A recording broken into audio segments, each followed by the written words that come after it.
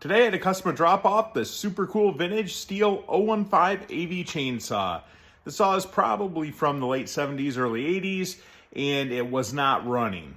The saw was his father's, and so it had sentimental value, so he wanted to do whatever it took to get the saw up and running again.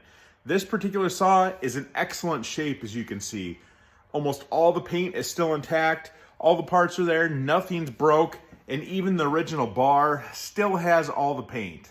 A lot of times when I get these older saws in, they always have problems with their pistons or their carburetors or something like that. So it's not very often that I can get these things started without having to put significant time and parts into the units. Those of you that have seen my other content on my channel know that the first thing that I do when a piece of equipment comes in the shop and it's not working is to do a hang cord test. So let's take a look.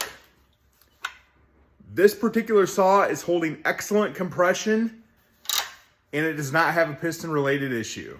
So the first three things that I check past that point once I've eliminated the piston is obviously going to be fuel, making sure that the old fuel is out, new fuel is in.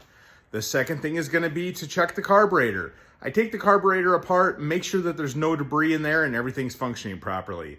In this case, the carburetor was full of debris because the breather holes on each side of the carburetor had a bunch of sawdust packed in them, and that was causing the running issue. The third thing that I check is going to be spark. I'm going to put my inline spark tester in to check the ignition coil as well as the spark plug to make sure that they're functioning properly.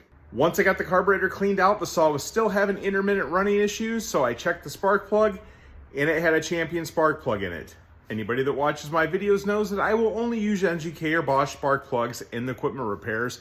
So eliminating this spark plug, putting an NGK in took care of the issue. So fresh gas, clean carburetor, new spark plug. Let's fire this saw up and I'll show you how well it runs.